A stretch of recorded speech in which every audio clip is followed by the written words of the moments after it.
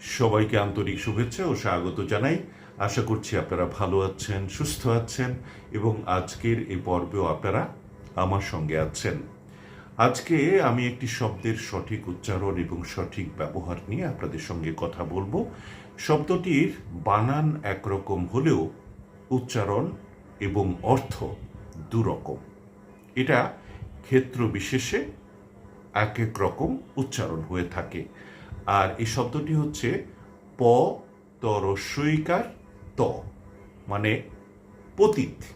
এই পতিত উচ্চারণ হবে যদি সেটা অনাবাদি হয় বা এমন জমি যেখানে চাষাবাদ করা হয় না বা চাষাবাদ করলেও ফসল ফলে না, সেটা হচ্ছে পতিত।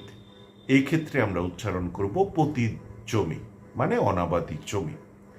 কিন্তু আজকাল পতিত এই শব্দটির ব্যবহার ব্যাপক হচ্ছে বর্তমান পরিস্থিতির কারণে। আমরা এটা ব্যাপকভাবে শুনতে পাচ্ছি, উচ্চারিত হতে দেখছি। সেটা হচ্ছে পতিত স্বৈরাচার। এখানে পতিত অর্থ হলো ভ্রষ্ট, সেটা হচ্ছে ন্যায়চ্যুত কিংবা স্খলন পতন অর্থে বোঝায়, সেটা হচ্ছে পতিত। পতিত স্বৈরাচার কিংবা পতিত স্বৈরশাসক ইত্যাদি রাজনৈতিক ব্যক্তিত্বদের মুখে ব্যাপকভাবে উচ্চারিত হচ্ছে এই শব্দটি। এক্ষেত্রে আমরা উচ্চারণ করব পতিত, আমি অর্থটা বলেছি। আর যখন জমির ক্ষেত্রে হবে, ভূমির ক্ষেত্রে হবে, তখন হবে পতিত।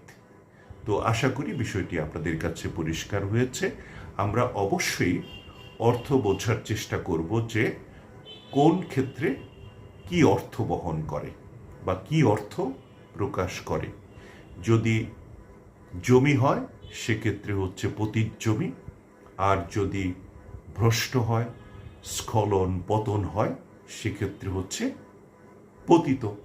যেমন পতিত স্বৈরাচার, পতিত স্বৈরশাসক ইত্যাদি।